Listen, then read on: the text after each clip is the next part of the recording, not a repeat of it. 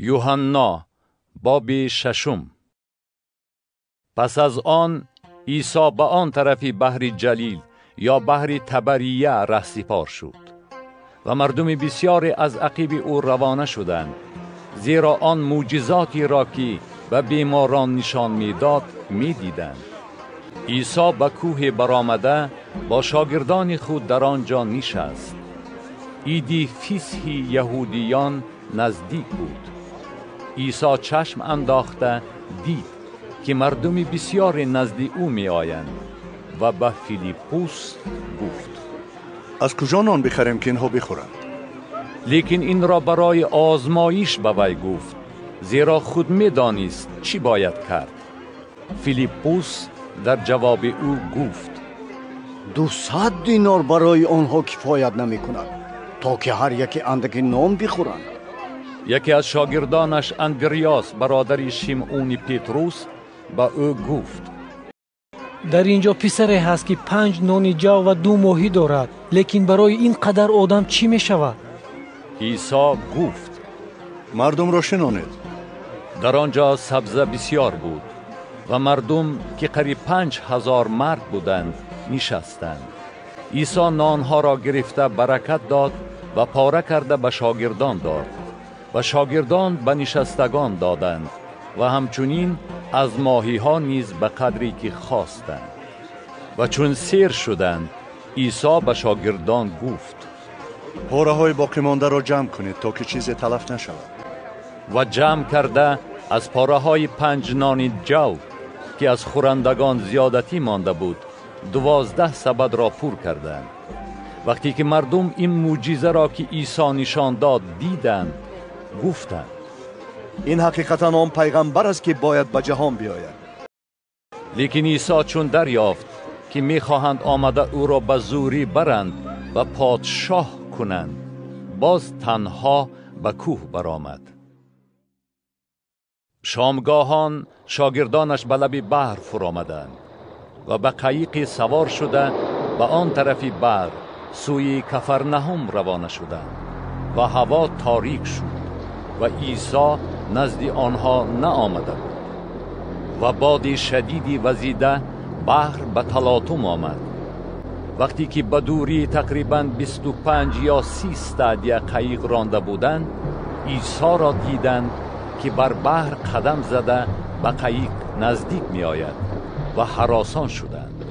لیکن او به آنها گفت: این منم، نترسید. آنها می‌خواستند او را به قایق درآورند. همان دم قایق به ساحلی که سوی آن روانه بودند رسید. فردای آن مردمی که در آن طرف بحر ایستاده بودند دیدند که در آنجا هیچ قایقی نبود جز آن که شاگردان او داخل آن شده بودند و عیسی با شاگردان خود به آن ندرآمده بود، بلکه شاگردانش تنها رفته بودند. لیکن قایق‌های دیگری از تبریه نزدیک همان جایی که پس از برکت دادن خداوند نان خورده بودند رسیدند. و چون مردم دیدند که عیسی و شاگردانش در آنجا نیستند، آنها نیز به قایق‌ها سوار شده به جستجوی عیسی به کفرنهم آمدند و او را در آن طرفی بحر یافته به او گفتند: ای استاد، کی به اینجا آمدی؟ عیسی در جواب آنها گفت: براستی براستی به شما میگویم، مرا نه به سبب معجزاتی که دیدید بلکه به آن سبب جستجو میکنید که نان خورده سیر شدید، نه از برای غذای فانی بلکه برای غذای سعی و کوشش کنید که تا حیات جاودانی باقی میماند. و پسر آدم آن را به شما خواهد داد، زیرا که خدای پدر بر او مهر زده است. با او گفتند: چی باید کنیم که اعمال پسندیده خدا را بجا آورده باشیم؟ عیسی در جواب آنها گفت: عمل پسندیده خدا این است که به آن کسی که او فرستاد ایمان آورید. با او گفتند: پس چه علامتی تو نشان میدهی تا که دیده به تو ایمان آوره؟ چی کار میکنی؟ پدران ما در بیابان من خوردند، چنان که نوشته شده است: از آسمان با آنها نان عطا کرد تا بخورند. عیسی به آنها گفت: به راستی به شما میگویم موسی نان را به شما از آسمان نداده است، بلکه پدر من نان حقیقی را به شما از آسمان میدهد. زیرا نان خدا آن کسی است که از آسمان نازل شده و جهان حیات میبخشد. آنگاه به او گفتند: ای آقا، همیشه این نان را به ما بده. عیسی به آنها گفت: من نان حیات هستم. کسی که نزد من آید هرگز گرسنه نخواهد ماند و کسی که به من ایمان آورد هرگز تشنه نخواهد ماند. لیکن من به شما گفتم که مرا نیز دیده اید و ایمان نمی آورید. هر آنچه پدر به من عطا کند نزد من خواهد آمد و هر که نزد من آید به در نخواهم راند. زیرا از آسمان نازل شدم نه برای آن که به اراده خود عمل کنم، بلکه به اراده فرستنده خود. و اراده پدری که مرا فرستاد این است که از آنچه به من عطا کرد چیزی تلف نکنم، بلکه در روز واپسین آن را احیا کنم. و اراده فرستنده من این است که هر کی پسر را دید و به او ایمان آورد حیات جاودانی داشته باشد و من در روز واپسین وی را احیا خواهم کرد. یهودیان از او شکایت کردند، زیرا گفته بود که منم آن نانی که از آسمان نازل شد. و گفتند: آیا این عیسی پسر یوسف نیست که ما پدر و مادر او را میشناسیم؟ پس چطور میگوید که من از آسمان نازل شدم؟ عیسی در جواب آنها گفت: و یکدیگر شکایت نکنید. هیچ کس نمیتواند نزد من آید مگر این که پدری که مرا فرستاد وی را جلب کند و من وی را در روز واپسین احیا خواهم کرد. در صحف انبیا نوشته شده است و همه از خدا تعلیم خواهند یافت و هر که از پدر شنیده و تعلیم گرفته باشد نزد من می آید. نه اینکه کسی پدر را دیده است جز آن که از جانب خداست او پدر را دیده است. به راستی به شما می گویم هر که به من ایمان آورد حیات جاودانی دارد. من نان حیات هستم. پدران شما در بیابان من خوردند و مردند، ولیکن اینجا نان است که از آسمان نازل شد تا هر که از آن بخورد نمیرد.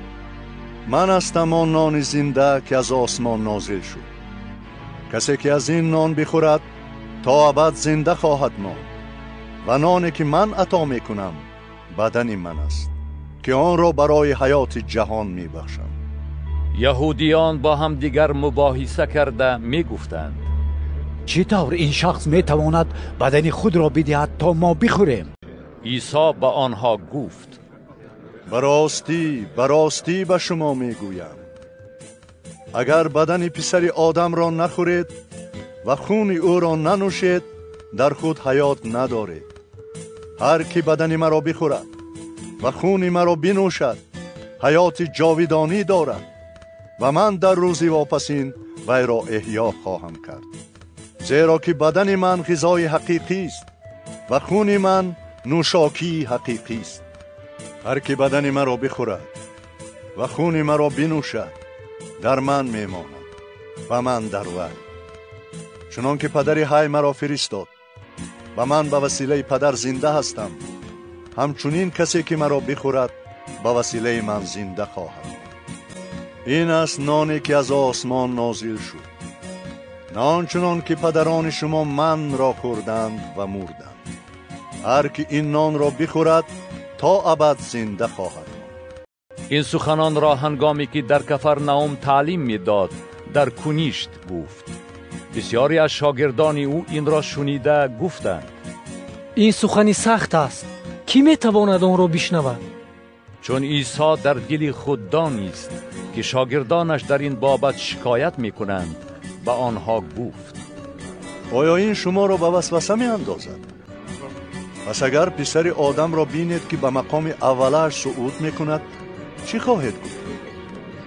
روح است که حیات می باشد، لیکن از جسم فایده نیست.